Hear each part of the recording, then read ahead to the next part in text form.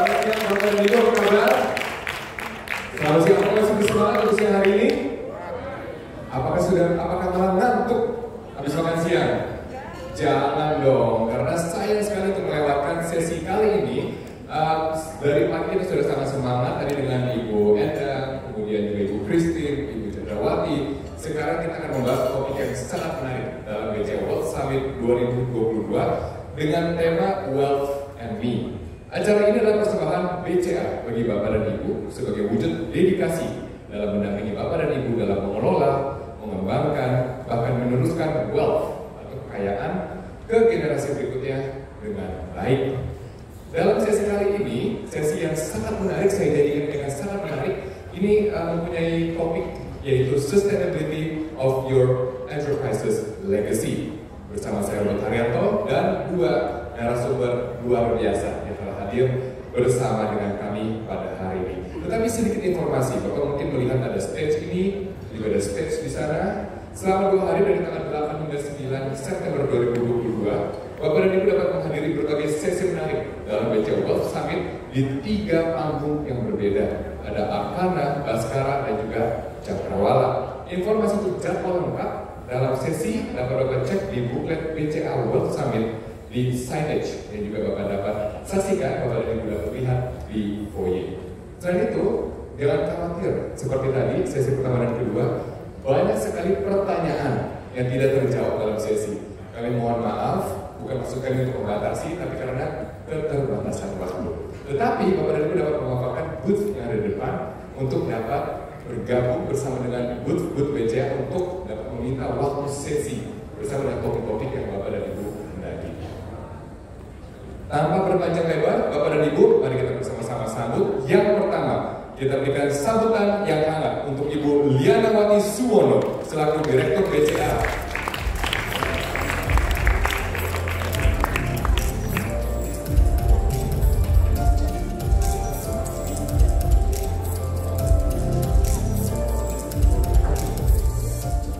Dan yang kedua adalah sosok yang tidak asing lagi. Mari kita berikan sebutan yang sangat hangat untuk Daniel Mananta selaku entrepreneur, founder, and CEO dan Alam Indonesia.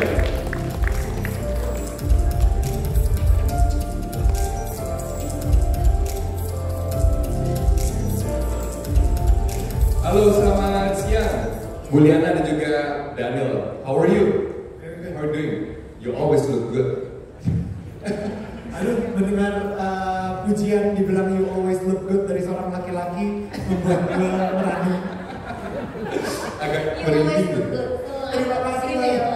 Terima kasih Bu Liana ya, sudah membantu mentranslate. So Ibu Liana dan juga Daniel, kita berbicara mengenai sustainability of your legacy enterprises yang meneruskan legacy atau warisan kekayaan kepada generasi selanjutnya. Tapi saya ingin berbicara kepada Bu Liana dan Ibu, gini Bu.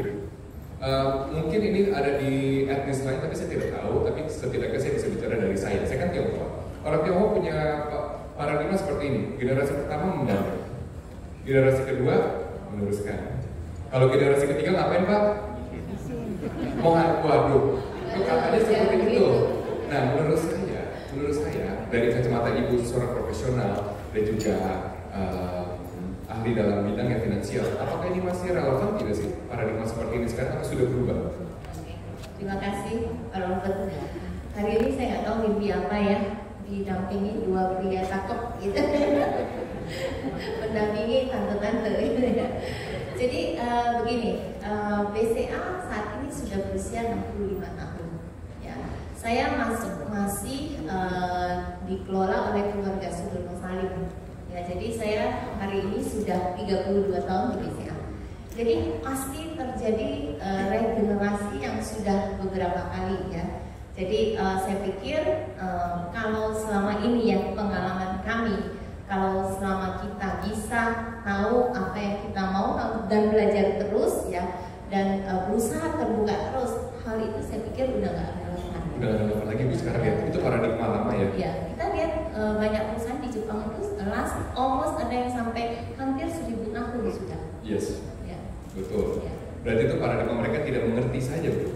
Ilmu cara mentransfer, mendistribusikan legacy atau kekayaan pada generasi selanjutnya. Tapi saya ingin melihat Daniel kan membangun DMLF Indonesia betul ya? Iya. So it's the first generation kan berarti. Apakah masih terpikir atau sudah terpikir bahwa ini adalah sesuatu yang harus diluruskan oleh anybody? Bisa professionally, bisa family, iya bisa. Selamat siang dulu nih kepada Bapak Ibu semuanya. Sungguh kehormatan banget ya bisa bicara di sini juga sama Bu Liana juga yang pastinya di Well Summit, dan I think mungkin saya bakal ngomong berbicara dari pengalaman saya aja karena saya merasa kalau di bagian bisnis Bapak atau Ibu di sini kayaknya jauh lebih experience dari saya. Dem I Love Indonesia mungkin bisa dibilang yes, itu kreasi atau saya foundernya Dem I Love Indonesia, tapi sebagai seorang public figure dulu di tahun 2008 sebelum saya memulai Dem I Love Indonesia, saya banyak ditawarin bisnis gitu, bisnis F&B, bisnis clubbing misalnya. Oh banyak banget deh. Nggak mau tuh clubbing, nggak mau club, clubbing nggak mau gitu ya. Karaoke mau nggak karaoke? Karaoke nggak mau juga gitu. Kenapa? Kenapa nggak mau? Karena ayah saya adalah pedagang baju di Mangga 2. Jadi saya ngerasa saya kalau misalnya saya F&B, saya nggak punya mentor di rumah. Saya bikin klub, saya juga nggak punya mentor di rumah. Tapi saya ngerasa untuk bikin kaos atau brand baju, saya mempunyai mentor yang sangat luar biasa sekali di rumah, yaitu ayah saya sendiri. Dimana saya bisa bertukar pikiran, saya diajarin banyak banget soal pengiriman barang, bagaimana cara mendistribusikan dan lain-lain. Nah, knowledge saya jagonya di branding. Sehingga saya bilang sama ayah saya, udah saya pengen bikin brand Dem I Love Indonesia, dan ayah saya pertama agak-agak khawatir, tapi ternyata ya bisa sampai bertahan sampai hari ini. Nah, so I think itu dua hal yang saya lihat gitu. Pertama, generasi muda punya knowledge-nya. Dimana saat itu knowledge saya adalah saya pengen menggunakan sosial media. Abis itu saya pakai teman-teman selebriti. Abis itu saya juga akan karena saat itu di Indonesia lagi masalah sama rebutan batik sama Malaysia di tahun 2008. Nah ini kesempatan banget untuk kita kencengin nih Dem I Love Indonesia, Dem I Love Indonesia. Itu knowledge yang saya punya. Tapi ayah saya dia mempunyai wisdom. Nah wisdom dan knowledge itu sesuatu yang sangat berbeda. Ayah saya udah melewati yang namanya tahun 98. Ayah saya udah melewati krisis tahun 2008. Dan sampai hari ini pun ayah saya sendiri juga udah melewati pandemi. Dan bisnisnya terus berjalan. Wisdom itu adalah wisdom yang sangat mahal sekali. Dan justru saya perlu belajar banyak bagaimana caranya untuk melewati tantangan-tantangan yang nanti kedepannya bakal kena di bisnis saya juga gitu. Nah sehingga sekarang ini saya merasa kalau saya di Dem I Love Indonesia, saya selalu tanya wisdom dari ayah saya, tapi menggunakan knowledge dengan apa yang saya tahu sekarang melalui sosial media yang mungkin udah nggak ini lagi sama ayah saya.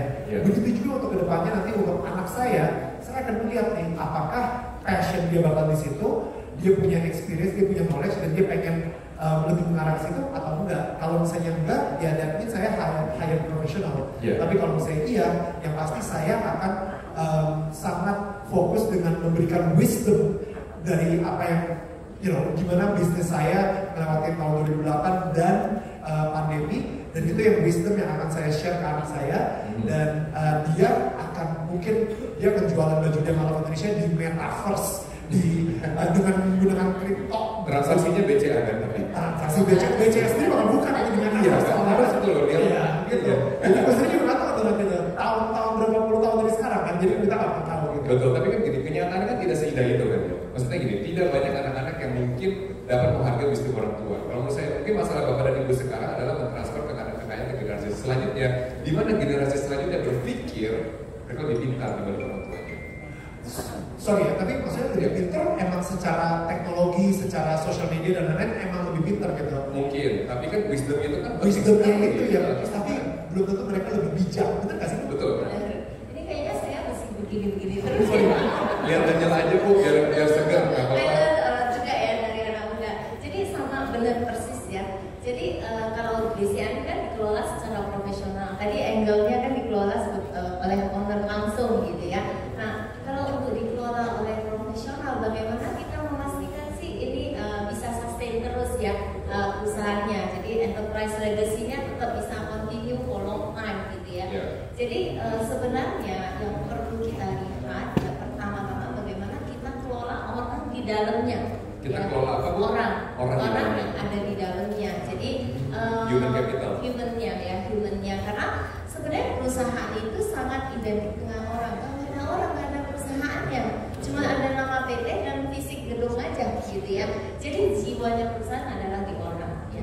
Jadi bagaimana kita treat orangnya, bagaimana kita mau membangun orang-orang yang kurang lebih dalam waktu mungkin 100 tahun ke depan juga punya nilai-nilai yang sama, punya cara berbisnis yang sama, value-nya sama. Nah itu tantangannya yang cukup besar. Apalagi di zaman sekarang, industri berapa? 5.0 karena 4.0 sudah automation sudah banyak, berarti automation digantikan oleh robot. Tapi kalau sekarang artificial intelligence menganalisa apa yang tidak bisa dianalisa oleh manusia dengan cepat gitu ya. Apakah orang itu masih segitu pentingnya? Apakah teknologi lebih penting sekarang? Siapa yang membuat AI itu? Siapa yang membuat robot itu? Manusia. Ilmuwan. Ya. Jadi ujung-ujungnya tetap manusia ya karena yang bisa mengembangkan atau membuat dunia ini lebih baik itu ujung-ujungnya adalah manusia. Saya sedikit ya saya sering nonton Tetangga Kamu dari Ibu tetangganya Daniel juga ya Bu ya? Iya, jadi ini ya sedikit menyinggung Tuhan dan sebagainya. Jadi yang kita maknai itu adalah kalau kita itu diciptakan oleh Tuhan di dunia ini tidak untuk begitu hidup aja kemudian kita dipanggil dan selesai. Kita tentunya harus meninggalkan suatu legacy yang membuat dunia ini lebih baik, gitu ya. Nah, jadinya memang setiap manusia itu harusnya kita bisa berkontribusi untuk membuat manusia itu lebih bermakna. Ya. Jadi yang kita lakukan dalam skup perusahaan adalah setiap orang yang memilih untuk bergabung dengan BCA, kita malah meminta para leader, para rekan kerja untuk berpikir bersyukur karena mereka memilih kita untuk masuk. Karena sebenarnya dalam siklus hidup manusia itu usia-usia produktif itu adalah usia yang paling usia emasnya lah mereka memberikan karya yang membekas di dunia ini. In a way ya, terlalu filosofis, tapi sedikit banyak itu mindset yang kita berikan sehingga yang kita lakukan adalah para leader kita itu harus bersyukur orang ini memilih untuk di dalam timnya.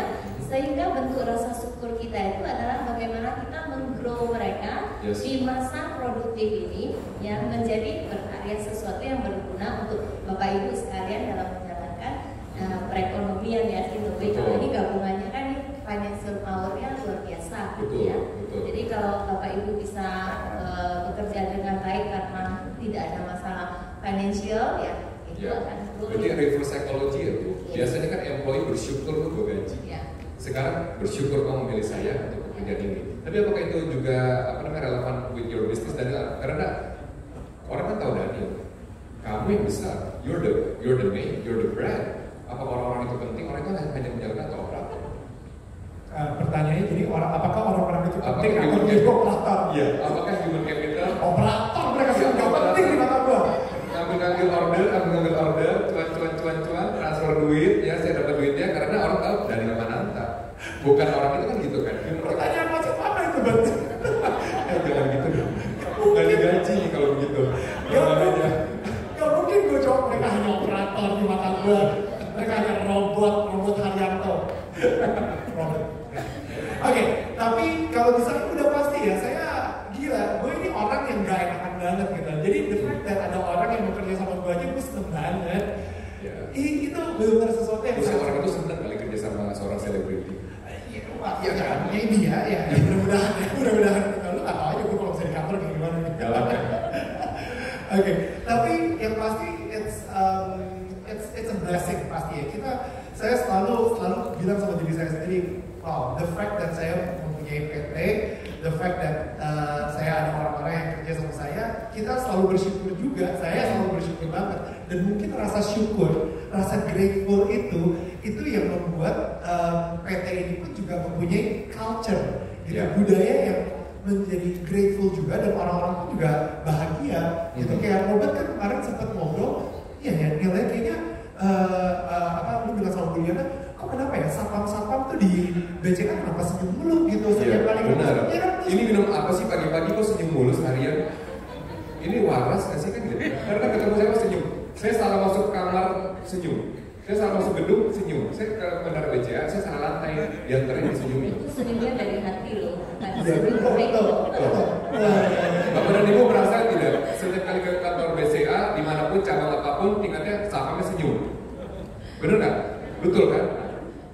Dilanjut. Jadi sebenarnya yang kita tekankan begini, biasanya kan kita yang punya kuasa, yang punya perusahaan itu kalau bicara pola lama kita akan berpikir, saya bayar kamu harus kontribusi dong, this way like that. Tapi ini harus di switch bahwa sebenarnya karena dia memiliki, kita berkewajiban untuk mendevelop dia.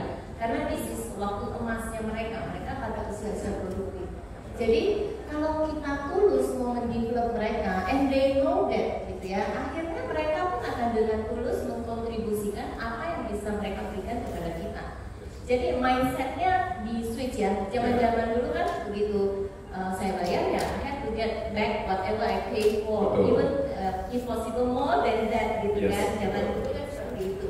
Tapi kalau kita coba switch pikiran kita bahwa they choose us in their best time of their life, this is our obligation. Jadi lebih ke arah kewajiban kita untuk develop mereka, and they will know that. Ya, kalau kita ada action, program-program yang kita tunjukkan, dukungan, pendampingan yang kita tunjukkan, they will know that.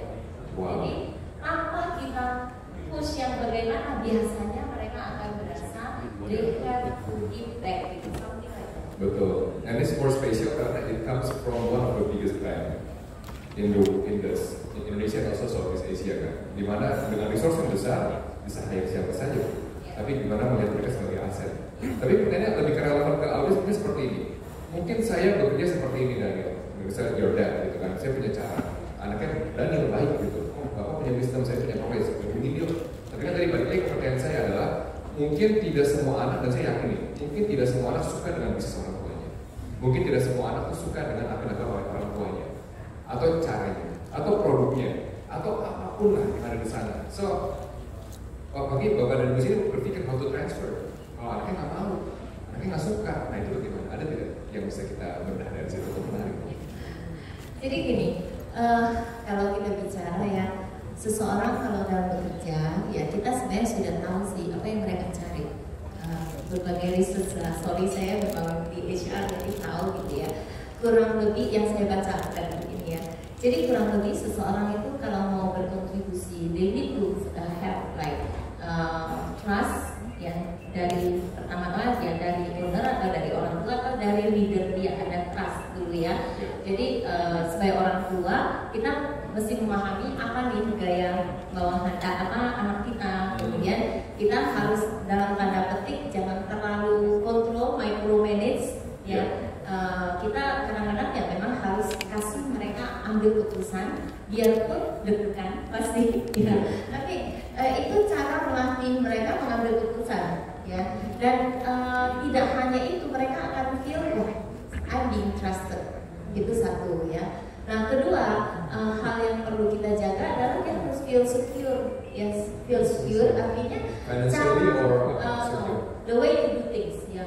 Jadi cara kita bekerja, cara kita menghandle bisnis, mengelola perusahaan itu cara yang benar, cara yang the right way ya. No hanky-panky dan sebagainya yang akan membuat dia fear gitu ya.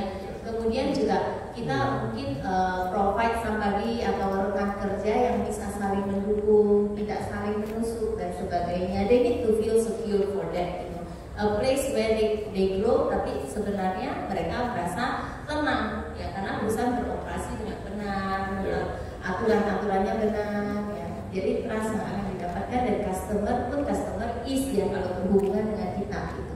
Nah yang ketiga yang kita lihat adalah jangan lupa ya, orang ini gabung dengan kita, jadi kita pun dia pasti punya harapan untuk berkembang secara pribadi ataupun secara ujung-ujungnya penghasilan juga ya. Kita harus realistis lah ya, orang kalau gabung dengan kita, mereka berkontribusi ya, kita harus kasih imbalan yang seimbang dengan kontribusinya ya. Dan career wise itu akan naik juga gitu ya. Yes. Nah, yang terakhir yang sangat penting adalah harus ada kasih sayang di antara kita. Nah, itu yang kita create ya di BCA. Jadi ada kepedulian di antara kita ya. Jadi apapun generasi yang sebelumnya yang mungkin senior, I am very senior now karena saya sebenarnya udah usia pensiun. Ya, this year will be 56. Usia pensiunnya 55 gitu ya. Jadi menghadapi anak-anak muda seperti itu ya, kita yang tadi yang usia agak senior yang coba share our experiences, ada dua nih. handle things. Tapi kita juga harus terbuka bahwa saat ini banyak hal yang diproduksi differently, ya, yang berbeda. Nah kita iya, tapi kan dua tadi sama sini. untuk mereka mencoba dan tidak sedikit-sedikit menyalahkan. Tadi ada botol dari situ. Kalaupun ada kegagalan dan sebagainya, kita dengan mengambil sikap peduli, compassion, kemana aja Pak? Lama banget. Makin berani untuk melangkah tapi in a proper way. Yes. Jadi there's a compassion gitu. Dalam kondisi dia sulit, kita akan tunjukkan bahwa oke, ada pengorbanan yang kita bisa lakukan untuk mereka. Wow. I love that. I love that so much. Kita berikan tepuk tangan dulu Ya, untuk wisdom pada siang hari ini. Itu kalau saya ada yang datang nanti saya pengen catat poin terus gitu. I love that so much gitu. Saya jadi keinget sih ada teman saya, dia ini dia mungkin second generation ya untuk perusahaan ayahnya yang kebetulan konglomerat gitu. Nah jadi si ayahnya ini tidak membuat dia memulai dari karyawan, tidak membuat dia memulai dari marketing atau sales atau lu jadi janitor dulu deh, jadi OB dulu untuk abis itu naik ke atas atau enggak. Dia langsung dikasih posisi yang sangat prominent di perusahaannya dan dia malah dikasih sebagai ini uang yang kita punya lu bisa pakai, decision maker malahan di perusahaan tersebut. Again di perusahaan konglomerat, jadi kayak I think lumayan ya sangat besar. Si anaknya itu dua decision yang pertama yang dia buat itu ngabisin beberapa triliun. Wow, ya kan itu kayak berapa puluh miliar US dollar atau berapa ratus miliar US dollar saya lupa gitu. Tapi decision pertama gagal, decision kedua gagal juga.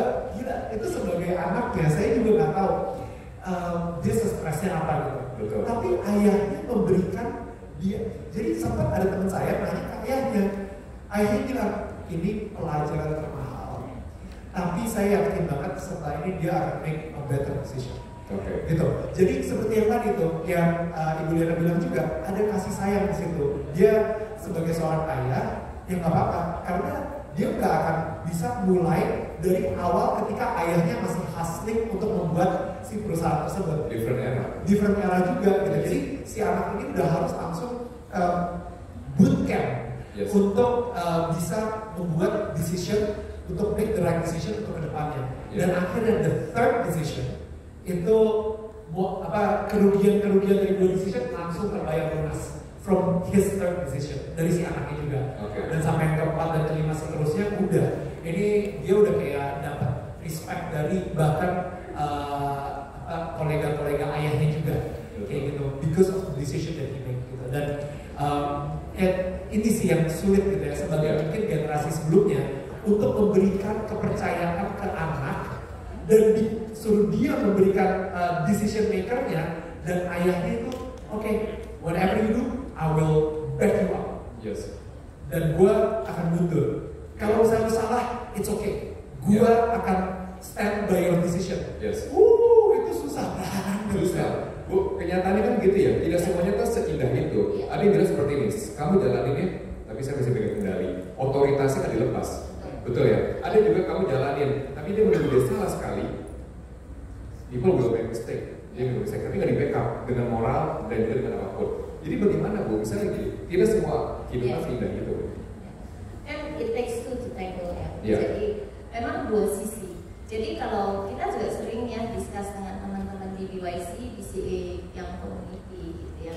Oh, saya tuh udah pengen lari nih, pengen digitalize ini dan sebagainya. Tapi kok kayaknya orang tua itu kayaknya masih nggak believe on that ya. Hati-hati loh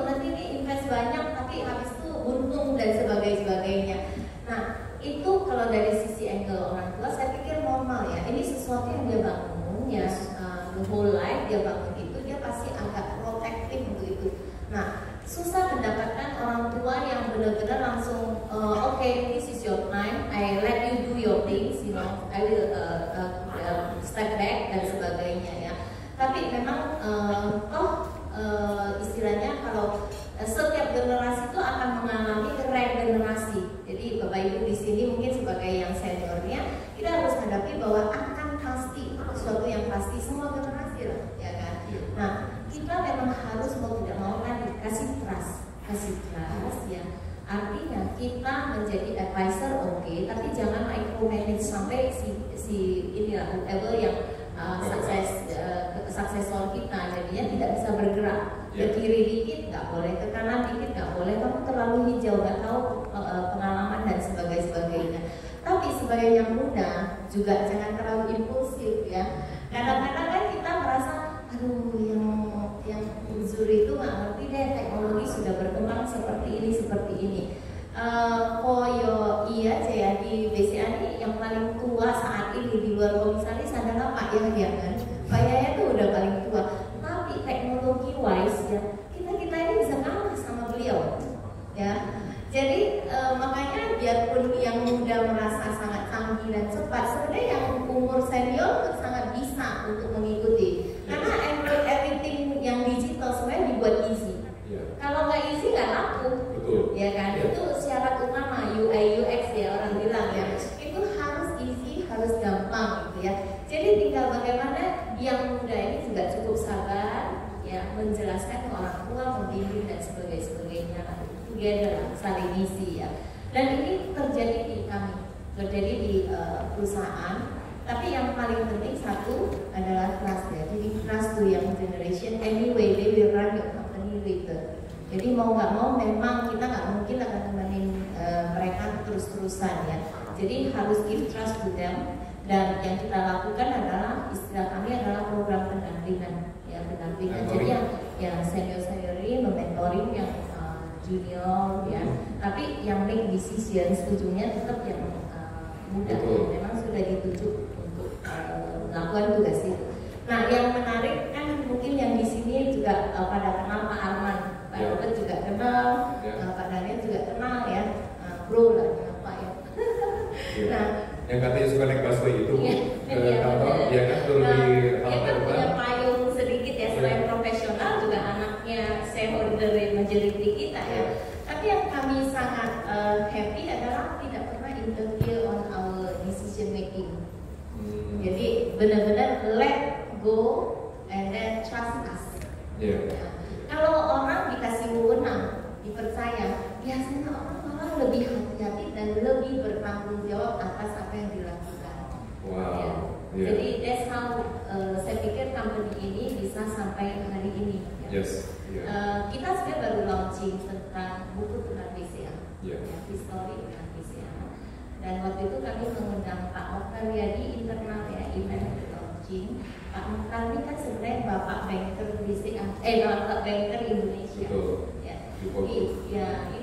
Dia punya biografi. Dia sudah bangun banyak sekali bank, banyaklah jumlah bank yang cukup sukses waktu masa dia.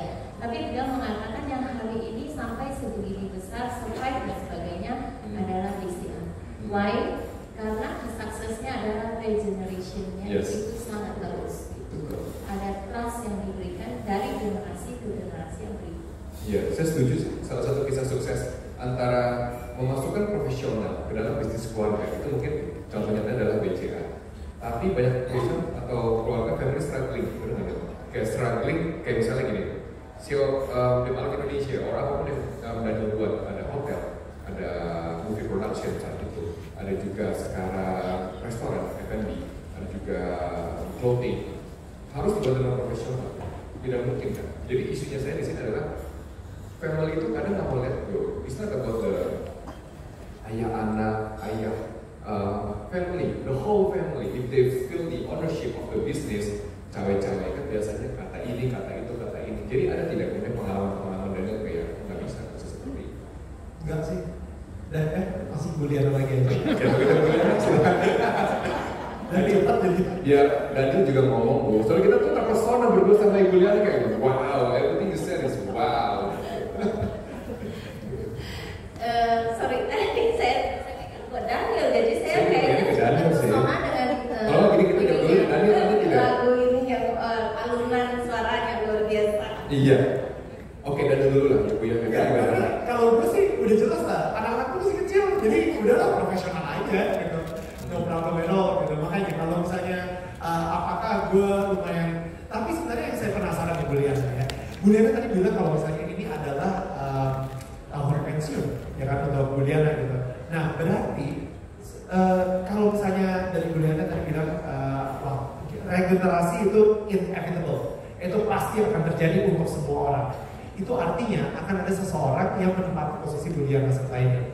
Gimana cara Bu Liana bisa mempercayai orang tersebut, dan misalnya nanti ketika Bu Liana udah pensiun gitu ya, pasti Bu Liana juga kalau gue dengan dia kerjaannya itu how is it for you gitu untuk nanti kalau misalnya udah go ke orang yang lebih muda gitu. Ya.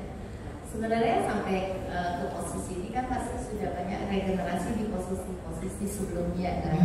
Jadi memang kan orang selalu bilang tugas leader yang paling penting adalah creating a better leader, ya kan. Wow. Jadi memang yang terjadi adalah kalau memang sudah kita persiapkan pengganti itu memang harus jauh lebih bagus dari kita. Karena yang dia hadapi saat nanti dengan waktu kita masih menjabat pasti totally different. Pasti akan jauh lebih menantang kan. Nah, yang key indicatornya sebenarnya setiap unit kerja yang waktu saya dipromot kan saya meninggalkan yang posisi sebelumnya. Kalau ada yang bilang Mas Juliana dulu lebih enak, tapi I feel. Wow. Jadi harusnya memang masa saat inilah dia paling bagus gitu ya. Nah ini yang kita berusaha tekankan kepada leader-leader kita gitu. Nah memang perjuangan ya, honestly ya, normal person juga ya, bahwa kadang-kadang ada pride, ada apa gitu ya. Tapi begitu kita hadapi seperti itu, kita punya mindset seperti itu, once benar-benar itu terjadi, kita nggak feel anything loh, kita malah feel kayaknya, jadinya saya sekarang bisa fokus yang saat ini, yang ini going much better than when I was there, gitu ya. Nah ini budaya yang harus ditanamkan, dan itu tidak bicara hari ini kita ngomong itu besok jadi ya. Ini it's been a while, jadi budaya sebenarnya ini saya masuk sedikit ke budaya ya. Jadi BCA ini kita kan baru nulis bukunya, jadi I was at that time also masa Pak Sudono Salim yang own BCA at that time, and it was also ada anaknya seperti Pak Arman gitu ya, Andre Halim gitu ya, yang mengelola perusahaan ini. Dan masa itu beliau sudah, saya witness ya, beliau sudah bilang saya akan fokus ke dua hal, SDM dan teknologi. Ya. Jadi it was long time ago kita sudah sangat believe on dua hal. Satu, teknologi itu menyangkut proses, ya. Proses yang dilakukan dan sebagainya itu harus cepat, tepat, dan selalu berkembang. Tapi yang membuat itu happen harus orangnya juga bisa seiring dengan perkembangan teknologinya. Seperti kita beli HP lah, ya fungsinya kan bener-bener banyak. Kadang-kadang kita cuma pakai buat telepon dan WA aja. Itu smartphone, orangnya nggak smart. Iya. Tapi phone smart. Ya, jadi komitmen BCA itu dari dulu sudah itu, dari Pak Andre Halim itu, dan beliau lah yang awal-awalnya yang meng-create bahwa service itu penting. Service itu penting. Bagaimana kita bisa memberikan yang terbaik kepada nasabah itu tidak hanya bicara solusi keuangan, harus bicara human touch ya. Human touch ya. Jadi beliau ini bapak service ya, yang awal-awal kemudian beliau mendefine kenapa butuh value ya, value corporate value ya. Beliau istilahnya kayak kita bangun rumah, kita namakan rumah biru ya. Bangun rumah seperti di rumah kan kayak Bro Daniel ngajarin anak kan, harus begini, kita harus jujur dan sebagainya, itu kan value gitu ya. Nah, it's easy kita bisa lakukan langsung karena masih kecil ya. Tapi begitu itu growing banyak sekali, pemahamannya itu bisa jadi bervariasi ya karena jumlahnya banyak, jumlah karyawannya banyak, kemudian juga diversity dari orang-orang yang kita rekrut atau orang-orang yang ada di dalam perusahaan kan beda-beda, masing-masing di brought up dengan value family-nya berbeda-beda. Nah, bagaimana kita menyatukan suatu paham value bahwa ada di perusahaan ini adalah seperti ini. Nah, sehingga kita membuatlah namanya value itu. Ya. Nah, value itu harus memang sudah ada, hidup di dalam perusahaan. Nah, kita sarikan, kemudian kita membuat secara secara tertulis. Ya. Kenapa? Tujuannya adalah agar nanti kan ada regenerasi kita rekrut orang lagi atau orang dalam yang tadinya memahami value ini sebagai ini. Nah, ada suatu standarisasi terhadap value tersebut yang masuk pun kita sudah saling harus sesuai itu. Gitu ya. Jadinya ini yang going on sampai hari ini. Ya. Jadi didikan keluarga lah ya, kayak personality yang kita mau atau kultur yang kita mau di keluarga. That's so good. Jadi kayak mungkin karakter kali ya. Jadi ketika kita mengajari anak kita tentang integritas, apakah integritas itu penting di bisnis kita gitu? Nanti dia akan dihadapkan dengan mungkin kalau sekarang ini integritas, kayaknya semua orang kalau misalnya untuk urusan seperti ini udah tinggal nyogok aja, misalnya seperti itu. Ketika anaknya melihat dia nyogok aja, berarti nanti ketika anaknya itu dihadapkan dengan masalah yang sama, mungkin dia akan melakukan hal yang sama dengan cara yang berbeda, karena caranya udah berbeda. Tapi kalau misalnya kita tetap keep integritas kita lebih pentingin bisnis kita mempunyai integritas daripada untung yang mungkin lebih banyak sih, tapi tetap aja kita lebih penting integritas daripada supaya kita bisa tidur lebih tenang malamnya, misalnya seperti itu. Nah, itu value tersebut nanti akan dibawa sama anak kita juga gitu ya. Oke, ayah saya dia sangat menjunjung tinggi integritas, berarti ketika nanti dihadapkan dengan masalah yang mirip gitu ya, dengan knowledge yang udah jauh lebih teknologi udah ke depan segala kayak gitu, tapi dia mempunyai value yang sama dengan ayahnya. Kayak gitu kali. Lebih mementingkan employee daripada keuntungan, lebih mementingkan bisnis daripada lebih mementingkan kelangsungan dari setiap staff daripada bisnisnya. Misalnya saya nggak tahu ya, saya yang penting integritasnya terjaga gitu misalnya. Betul. So Daniel pas banget ngomongin value because he's a man of value gitu kan, value. Dia dari bisnis, namanya BML Indonesia. Restorannya ada di negeri. Film-film yang dibuat sosok tokoh Susi Susanti ya, salah satunya. Kita sosok tokoh Indonesia. So what values yang Daniel pegang sampai it seems to us that you don't want to take shortcut. Karena kalau shortcut kan betulnya korong, kuntilanak pocong banyak tuh. Kemungkinan besar itu lebih laku. Kemungkinan besar benar nggak nih? Industri musik kemungkinan besar lebih laku dibanding Susi Susanti misalnya. Ya kan? So, pertanyaan saya adalah what is your values yang berpikir bahwa ini lebih penting dibanding uang karena long term? Saya jujur kaget banget tadi Ibu Liana itu kayak YouTube the words out of my mouth gitu, kayak karena itu adalah yang gue pegang banget gitu. Ketika gue lahir di Indonesia dan ketika nanti gue meninggal, gue pengen Indonesia itu menjadi tempat yang lebih baik untuk anak-anak gue hidup di negara ini, dan anak-anak gue dan cucu-cucu gue juga, dan sampai generasi berikutnya Indonesia akan menjadi tempat yang lebih baik untuk tinggal daripada ketika pas gue lagi lahir kayak gitu. Nah, jadi pertanyaannya, instead of gue komplain terus gitu ya, ini pemerintah nggak ngelakuin apa-apa, tapi pertanyaannya what can I do supaya bisa membuat Indonesia menjadi lebih baik lagi, Indonesia menjadi lebih toleran lagi, Indonesia menjadi mempunyai mental juara, Indonesia itu lebih dicintai sama orang-orangnya. Itu dia kenapa gue ada BML Anak Indonesia, mungkin supaya membuat orang-orang menjadi jauh lebih cinta sama Indonesia, lebih mengenal Indonesia sehingga lebih mencintai Indonesia.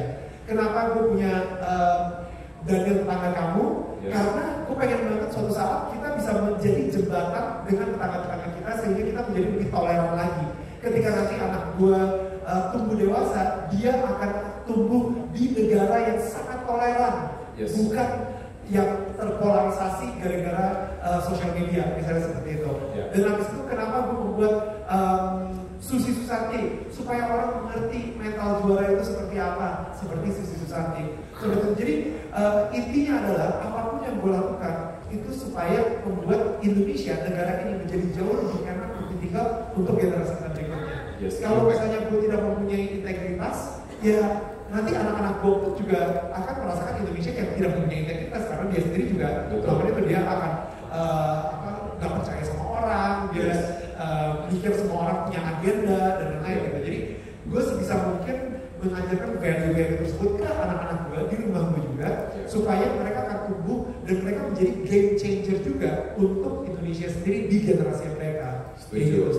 So whatever you do, uang satu sisi betul ya. Bisnis harus sustain, kan harus ada profit. Tapi di sisi lain harus punya impact.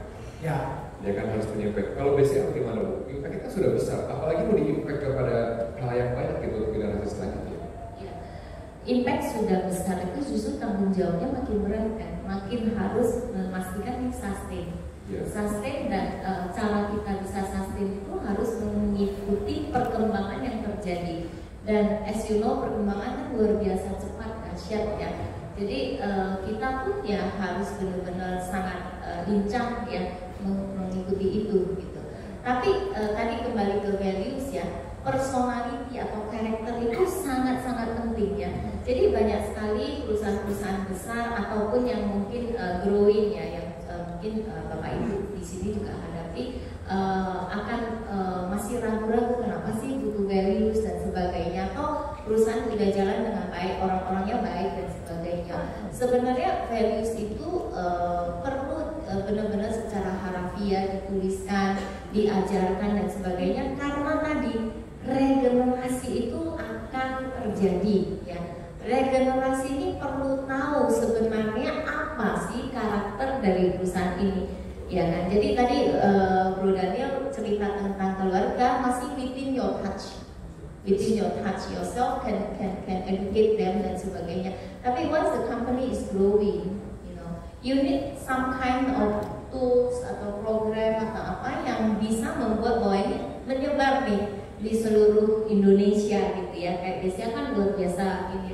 Nah, memang saat ini kalau bilang BCA berimpact ya memberi dampak kepada Indonesia itu salah satu visi kita menjadi pilar perekonomian Indonesia yang bisa diandalkan.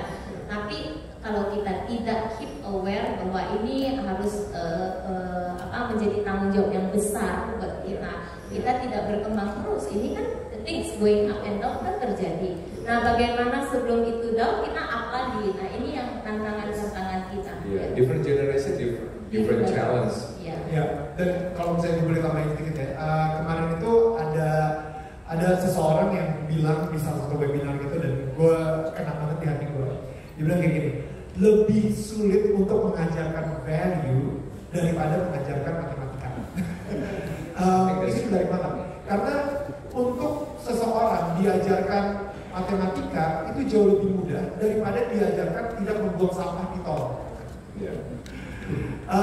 Atau tiba-tiba tentang integritas, jangan nyontek, itu lebih sulit untuk diajarkan integritas ini atau kedisiplinan ketika daripada atau mengantri. Oh my goodness, ngantri, ya jangan nyerobot pas ngantri, please. Oke, ini kalau misalnya ada yang suka nyerobot pas ngantri, serius deh. Generasi crazy. Gila, kita udah di angka 21 guys, masih nyerobot juga. Oke, tapi itu lebih sulit ya, karena udah turun-temurun. It's a culture. Sehingga lebih mudah untuk mengajarkan soal matematika, sains dan lain-lain daripada mengajarkan values dan karakter ke seseorang. Gitu. Jadi memang ini sesuatu yang challenging, tapi saya believe banget kita sekarang sudah melakukan hal tersebut sedikit gitu kan. Dan gue tadi pengen ceritain sebuah tentang regenerasi. Mungkin di sini ada yang tahu kalau saya dulunya selama 15 tahun menjadi host untuk Indonesian Idol. Dan ada yang penasaran juga mungkin kenapa saya meninggalkan Indonesian Idol. Dan itulah seperti tadi kata Juliana juga, regenerasi itu inevitable. saya cinta banget sama brand Indonesian Idol, dan saya merasa saya sudah mulai memasuki tahap berikutnya dalam hidup saya, dan ada seseorang yang jauh lebih cocok, jauh lebih resonate dengan anak-anak muda, dengan market Indonesian Idol, dan jauh lebih in the zone ya. Dia sangat besar di TikTok, dia sangat influential di YouTube, dia mempunyai follower subscriber di YouTube itu berjuta-jutaan, dan di TikTok tuh kayaknya selalu FYP dan lain-lain gitu ya. Sehingga saya merasa dia lebih cocok untuk menjadi host Indonesian Idol daripada saya. Wow, itu gak mudah karena men yang ngantri untuk ambil kerjaan saya itu banyak banget. Maksudnya siapa yang gak mau jadi host Indonesian Idol? Tapi saya tahu diri, akhirnya saya mundur dari host Indonesian Idol. Dan saya mempunyai sebuah motto mungkin dalam hidup saya, too long in the spotlight will blind you. Arti ini filosofis itu lumayan menarik banget. Ketika kita terlalu lama berada di spotlight ini kan nyorong terus ke kita. Ini kalau misalnya kita terlalu lama di sini, saya ngeliat di sini, yang ada di lama-lama mata saya buta, karena spotlightnya kencang banget. Gitu. Butanya itu apa? Buta bukan cuma mata aja. Saya buta sama pertemanan saya, karena saya insecure. Saya pengen selalu ada di sini, selalu ada di atas panggung. Saya nggak mau ada orang naik ke atas panggung untuk menggantikan posisi saya. Sama juga dengan generasi sebelumnya mungkin mempunyai bisnis, dan dia nggak percaya sama generasi berikutnya yang akan menggantikan dia. Dia insecure banget, dia harus ada di sini sebagai in control dan alpha. Jadi saya di Indonesian Idol, saya tahu diri, saya mundur. Karena it will blind me. Saya akhirnya ketika saya memutuskan untuk mundur dari RCTI sendiri juga ya, Daniel pengen mundur, ada masalah apa? Jurinya ya, lu pasti ada masalah sama juri. Fee-nya kegedean nih sekarang nih. Fee-nya kemahalan. Iya, gak kuat dibayar Daniel. Bukan gara-gara itu ya, oh Daniel udah ketuaan nih kayak capek, enggak juga, gue mau ngarangkan minggu depan. Jadi kayak, enggak, bukan karena itu. Jadi karena apa? Karena gue terlalu sayang sama brand Indonesian Idol. Jangan sampai gue terlalu kontrol Indonesian Idol, akhirnya brandnya jadi jatuh, dan it's time for me to let go. Dan ketika gue let go, Boy William itu rekomendasi dari gue juga, udah minta Boy William tolong untuk gantiin gue di host Indonesian Idol. Wah, tapi dia gak se-fresh, it's okay. Gue sendiri juga awal-awal Indonesian Idol butuh 3 tahun kok, 3 season untuk akhirnya bisa jadi seperti sekarang. Jadi kasih dia Boy William untuk gantiin gue. Lama-lama orang akan ingat Boy William dan dia akan melupakan gue. It's okay, maksudnya untuk Indonesian Idol gitu ya. It's okay, gitu. Seasonnya udah berubah, dan itu butuh kerendahan hati dan kelapangan dada, wisdom, experience yang akhirnya mengizinkan Boy William. Dan pada saat yang sama di Demalog Indonesia juga kayak gitu. Target market saya di Demalog Indonesia itu 17 sampai 35. Umur saya udah jauh dari target market kita gitu. Nah, jadi akhirnya saya juga udah mulai mundur dari Demalog Indonesia dan mulai melanjutkan yang milenial, yang Gen Z untuk menjadi influencernya gitu, key opinion leadernya buat di Demalog Indonesia. Karena saya terlalu sayang sama brandnya. Jangan sampai saya yang menghancurkan brand saya sendiri karena saya insecure terhadap diri saya gitu, sebagai seorang leader. Wow, kita dulu. Ada nyesel nggak? Nyesel. Enggak, gue nyesel kenapa Robert Haryanto gak ikutan jadi salah satu pilihan gue kan ya. Iya, kenapa promosi Boy? Kenapa Boy William aja? Iya, gue juga Boy ini kan gitu ya. Gampangnya mungkin lebih gampang daripada Boy. Makasih, sepatu udah keren ya. Iya, sepatu udah keren ya. Banyak nih BCA support UMKM nanti saya beli. Iya, di Grand Indonesia juga ya, sebelah kan. Iya kan, Tapi sedikit ya, pada ceritanya Bro Daniel ya, ini sebenarnya benar-benar reflect ke organisasi. We love the brand of BCA, we love the company so much gitu ya. That's how come dia bisa long lasting seperti ini kalau orang-orang di dalamnya bisa punya wisdom seperti Bro Daniel ya. That's what yang Pak Karyadi sampaikan bahwa ya orang-orang yang meninggalkan perusahaan ini waktu masanya sudah berhasil create seseorang yang lebih baik kayak Boy William-nya. Dan orang yang meninggalkan itu dengan rela gitu ya. Mereka belum. Betul, keren banget. So, if you love your business so much, you love your creation, your brand, anything, you know the right when to step back, When to let go. when to let go. Betul. Ya, itu kuncinya. Berarti kalau kamu tidak tahu apa, berarti kamu tidak cinta apa.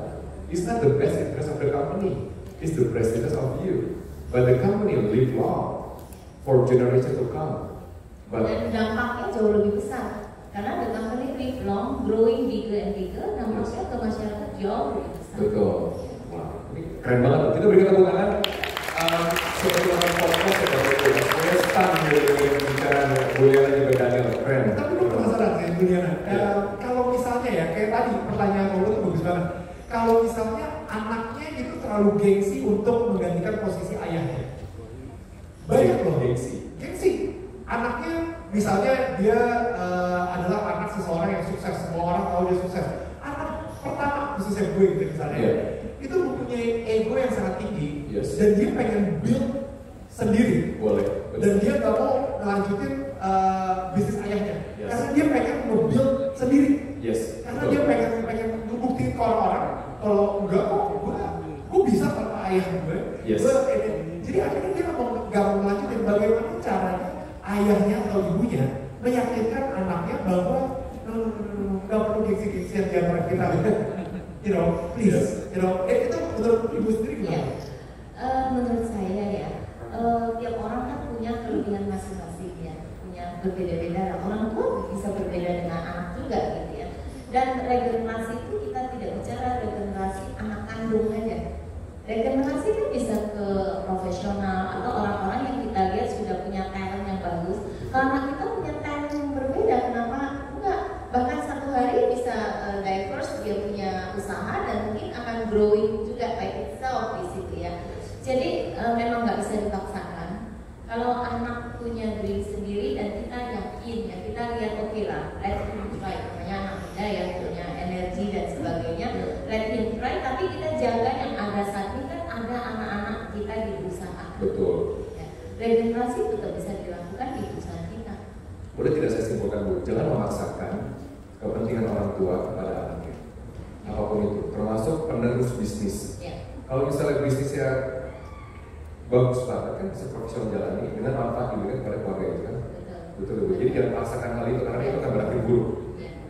Jadi sebenarnya sama ya, di organisasi juga sama. Kita bicara kalau menempatkan seseorang gitu ya, kita tempatkan sesuai dengan kompetensi dia atau kualifikasi yang sesuai lah ya. Tapi kan kadang-kadang nggak 100% fit. Ya namanya manusia yang memilih kan nggak 100% fit. Daripada dipaksakan terus perusahaan nggak gain something from the person is not happy gitu ya. Jadi kadang-kadang kami juga coba menempatkan di tempat yang oke, if you like this area, let you try there. Tapi could be loh, sometimes ternyata dia menghasilkan yang jauh lebih baik yang malah membuat kita berpikir oh ada solusi yang berbeda seperti itu. Different approach. Mungkin seperti itu.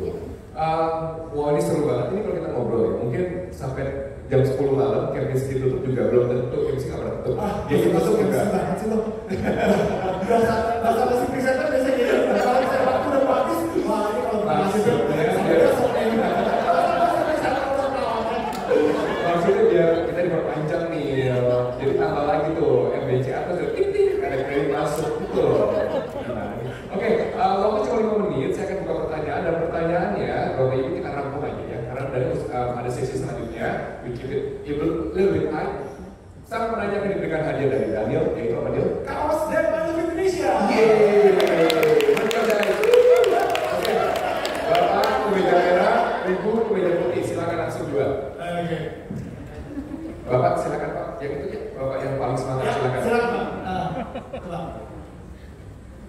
Terima kasih Pak Daniel. Itu penjelasan Bapak sangat powerful. Yang mana Indonesian Idol-nya ya Pak ya? Dari awal sampai terakhir. Oke, baik. Terima kasih. Harusnya saya ngantuk, tapi saya tidak bisa ngantuk. Dapat kaos nih, dapat kaos. Kaos apa ya? Langsung kaos aja. Ada satu yang pengen saya tahu lagi Pak. Dari Bapak banyak bicara tentang karakter, value. Saya 100% setuju. Tapi izinkan saya meminta satu lagi. Ya. Barangkali Bapak ada satu, ya kalau di company semacam tagline, tapi satu nilai-nilai yang powerful. Moto. Ya, Moto perusahaan. khususnya di keluarga. Wah, ini Daniel. Terima kasih Pak Daniel. Terima kasih. Thank you. Itu ya langsung tanda ke kaos ya Pak ya. Terima kasih ya. Kaos ya Pak, karena jawabannya belum memuaskan. Kaos memuaskan, jawabannya belum. Wow, family values di keluarga saya ya.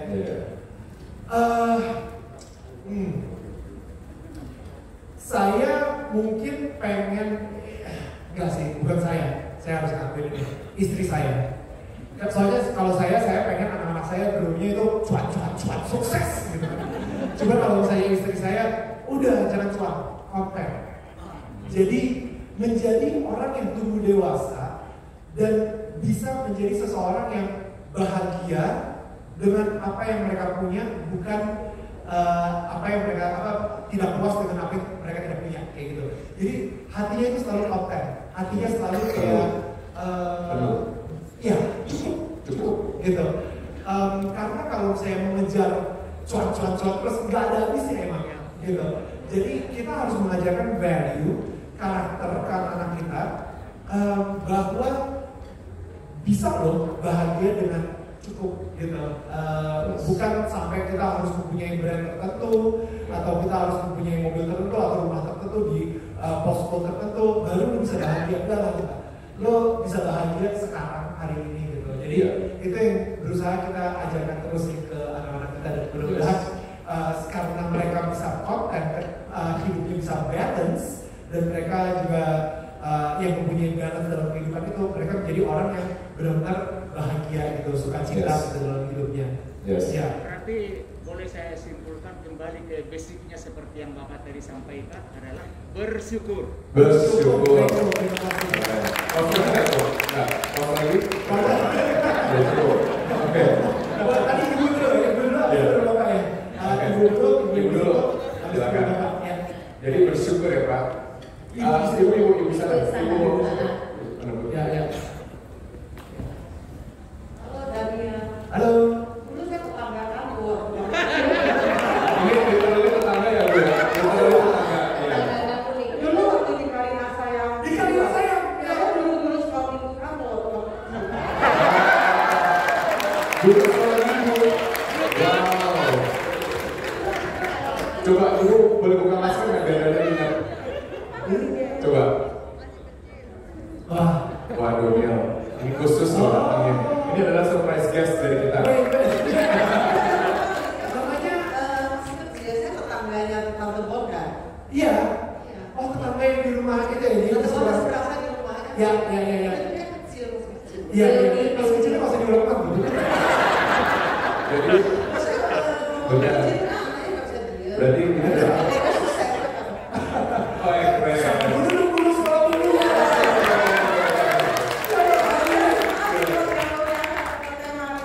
Iya, hari ini aku mau ngomongin bahasa lo. Apa lo? Sama dulu, sekolah dulu ya. Sukses ya Daniel ya. Terima Oh iya. Terima kasih. Udah Bu gitu aja. Jadi gini, ini BC awal sampai atau tali kasih gitu. Siapa lagi tetangganya dulu? Bapak ada tetangga bapaknya sama kakaknya sama siapanya? Tali kasih gitu juga. Ada. Terima kasih. Thank you. Oke, so kita ngobrol dulu kepada dia. Kita harus time is up.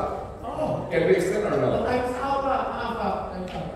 Nggak bisa ya. Udah cukup ya. Sorry Bapak dan Ibu. Terima kasih. Kita senang banget atas konser yang luar biasa. Bapak dari nanya terus. Thank you so much for your enthusiasm.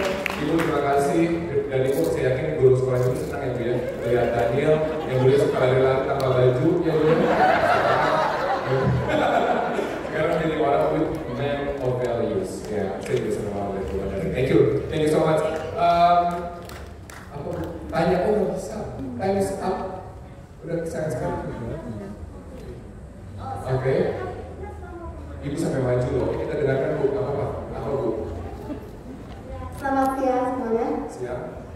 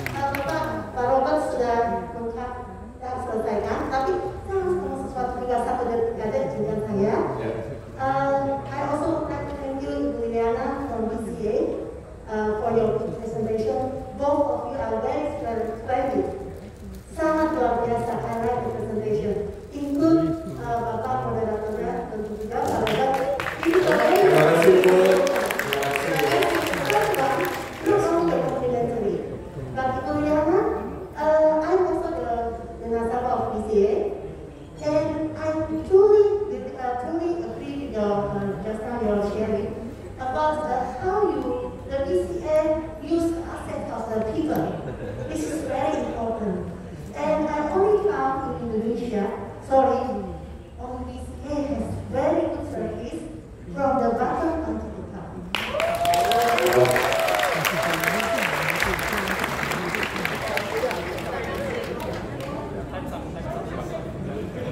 Kasih baju, kasih baju.